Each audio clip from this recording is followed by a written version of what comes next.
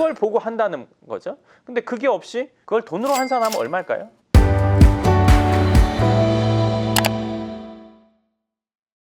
반갑습니다. 황 소장입니다. 최근에 건물값이 많이 올라서 그것 때문에 걱정하시는 분들이 꽤 많아요. 건물을 내가 사고 싶어 하는데 건물값이 산다고 했더니 뭐 바로 10억을 올린다, 뭐 5억을 올린다, 뭐 더 높은 금액의 건물의 경우에는 뭐 한 번에 20억, 30억을 올린다, 이런 일들이 요새 허다하단 말이에요.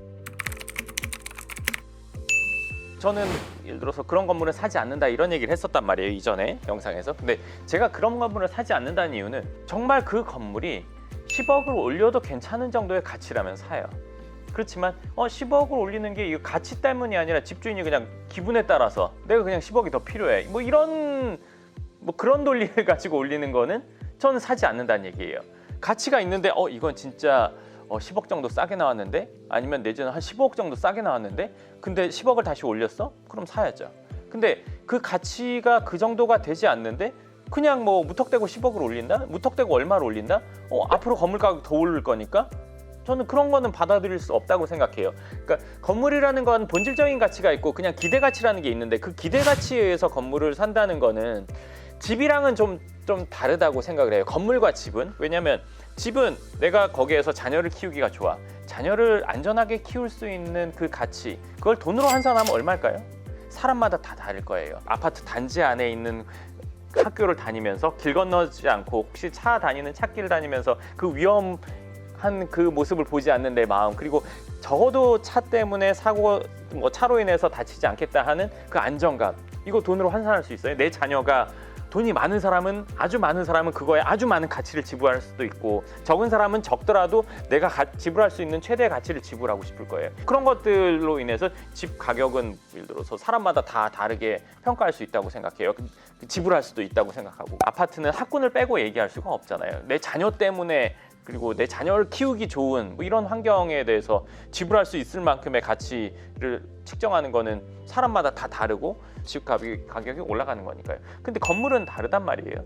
건물이라는 거는 일단 기본적으로 얘가 얼마나 효용이 있는지, 월세가 얼마나 나오는지, 내가 직접 사용하면 내가 원래 내는 월세가 어느 정도인데 이거는 어느 정도 세이브가 된다든지, 아니면 비슷한 금액을 내더라도 원래는 월세 내고 없어지는 거지만 이건 내 건물이니까 가격 올라가는 부분도 있고, 내가 대출 이자 내면서도 그래도 이건 완전 너무 대출 이자는 없어지는 거긴 하지만 그래도 내가 이 건물을 갖고 있으니까, 내지는 이자랑 원금을 같이 상환하는 경우에는 이 월세, 내가 기존에 예전에 내던 월세보다 이게 비슷하지만 내가 좀 상환하고 있는 그것도 있으니까, 이런 것들이 본질적인 가치인데 어떻게 보면 지금 요즘에는 그냥 더 오를 거니까 그냥 이게 기준이 된 경우들이 많아요. 근데 저는 건물을 볼 때 예를 들어서 9억을 본다. 그럼 이거는 철거하고 지었을 때, 지금은 월세가 물론 마이너스, 대출이자도 감당이 안 되는 마이너스인데 0. 몇 프로도 안 되는데, 이거를 철거하고 지었더니 몇백, 300평이 나왔다. 이 근처에 임대료가 평당 10몇만 원이니까 따져보니까 짓고 나면 이게 2점 몇 프로 수익률이 되겠다, 3% 수익률이 되겠다. 그걸 보고 한다는 거죠. 근데 그게 없이 이거는 예를 들어서 철거하고 지었을 때 2.2% 초중반인데 갑자기 여기서 10억을 더 올렸어요. 아니면 그 이상의 금액을 올렸어요. 그런데 이걸 지어서 다 해봤더니 1%, 2% 미만이에요. 건물 주인은 그런 거 생각 안 하고 저기도 올렸으니까, 여기도 올렸으니까 내 거도 자기 여건은 생각하지 않고 옆에 업이 올렸으니까 나도 그냥 올릴래. 건물 시장에 처음 들어오신 분들, 처음 건물을 사보는 분들은 뭔가 비슷하겠지 하면서 어리버리 하다가 그냥 그래 오를 거니까 하고 사는 경우도 있겠죠, 물론. 그렇지만 그거는 향후에 본질적인 가치의 시장, 내지는 건물을 본질로 판단하는 게 좀 더 강해지는 시점에는 그것들은 분명히 저는 조정은 있을 거라고 생각해요. 그러면 60억에서 70억 됐는데 이게 다시 60억 되냐, 이렇게 무조건 도식적으로 무조건 이렇다고 볼 수는 없겠지만, 다른 데가 올라갈 때 걔는 별로 영향을 안 받거나, 다른 것들을 예를 들어서 70억에서 80억 되는 그 시점에 여기는 70억이었는데 그냥 70억으로 있거나 이럴 수는 있다고 생각을 해요. 그러니까 사업 들어가기도 그렇고 투자하기도 그래요. 그럼 아무도 안 사요. 가격만, 호가만 올라가요. 호가만 올라가는 이유는 부동산들에서 여기가 예를 들어서 55억에 팔린다고 해요. 여기서 55억에 내가 팔려고 해. 부동산에 전화해요. 저희가 60억 받아드릴게요. 65억 받아드릴게요. 팔아준다는 거는 그냥 희망사항인 거지, 실제로 돈을 갖고 와서 지금 누가 산다는 얘기는 아니잖아요. 근데 그 얘기를 듣고, 그리고 그 얘기를 요새 막 많이 들으니까 진짜 될 것 같은 거죠. 그럼 난 50억에 안 팔아. 그 사람들의 의도는 모르고 그냥 난 비싸게 팔 수 있는 거구나 하고 그냥 가격을 올리는 거예요. 근데 이 전화하는 부동산들의 이유는 두 가지죠. 일단 첫 번째, 그 건물을 자기가 매물로 보유하기 위해서 첫 번째. 두 번째는 현재 계약이 이루어질 것 같은 거를 깨기 위해서, 깨고 본인이 보유하기 위해서 그렇게 전화를 하는 거란 말이에요. 얘가 팔리는 것보다 이 사람은 자기가 비싼 가격이라도 보유하고 있는 거, 일단 매물로 갖고 있는 게 더 유리하겠죠. 그러면서 또 다른 사람에게는 이거 얼마에 사면 얼마 된다. 그 가격 누가 올렸어요? 근데 그게 받아줄 상황이 되는 뭐 사옥을 사거나 아니면 정말 호구인 사람 몇몇 빼고는 정상적으로 건물의 기준, 가치 기준을 판단할 수 있는 사람은 그런 걸 사지 않는단 말이에요. 특히나 저 같은 사람은 안 사겠죠. 물론 지금 시장에 그냥 호구라고 표현할게요. 많은 호구들이 그런 것들을 막 매입하고 이런 상황이긴 해요. 그렇지만 전 전혀 안 맞다고 생각을 해요. 안 맞아도 돈만 벌면 장땡이지 생각할 수 있어요. 물론 저도 그렇다고 생각해요.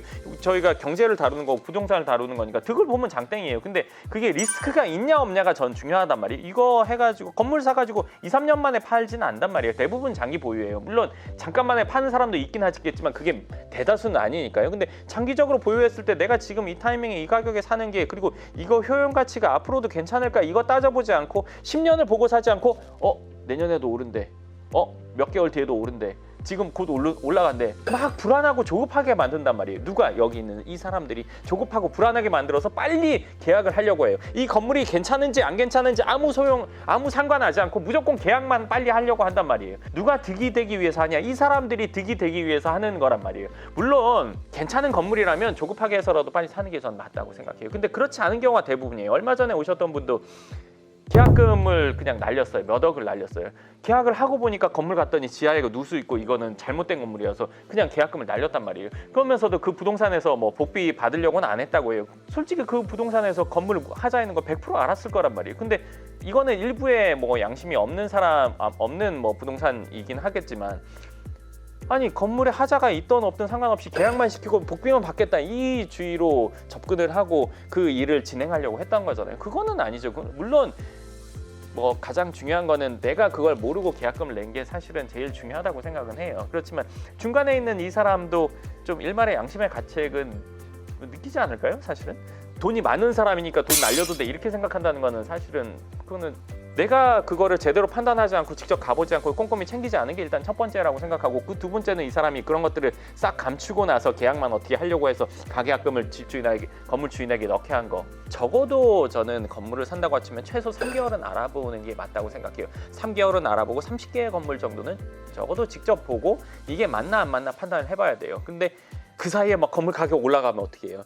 그 사이에 막 건물 가격 올라가가지고 살 수 없으면 어떻게 해요? 이렇게 조급하실 수 있는데, 급하면 저는 늘 실수를 한다고 생각해요. 저도 물론 지금 뭐 더 많은 건물 사고 싶고 저 뭐 지금 대기하시는 회원분들도 있으니까 빨리 해드리고 싶어 하는 마음은 있지만, 그렇다고 해서 엉뚱한 거, 말도 안 되는 거, 뭐 누가 봐도 이거는 잘못된 건데 그냥 그런 것들을 하게 한다는 건 저로서는 제 스스로가 무책임하다고 생각하게 되는 거고, 뿐만 아니라 그런 건물은 예를 들어서 저희 같은 경우 임대를 보장해주고 있는데 임대 보장도 불안할 거고 임대료에 대한 확신도 없는 그런 건물들을 제가 할 수는 없다고 생각해요. 지금 아무리 매도자 우위 시장이라고 하지만 적어도 최소한 3개월 이상은 알아보고 30개 이상 건물을 직접 가서 보고 꼼꼼히 따져보는 그 과정을 거치고 나서 그 다음에 결정을 하든 뭐 그렇게 해야 된다고 생각합니다.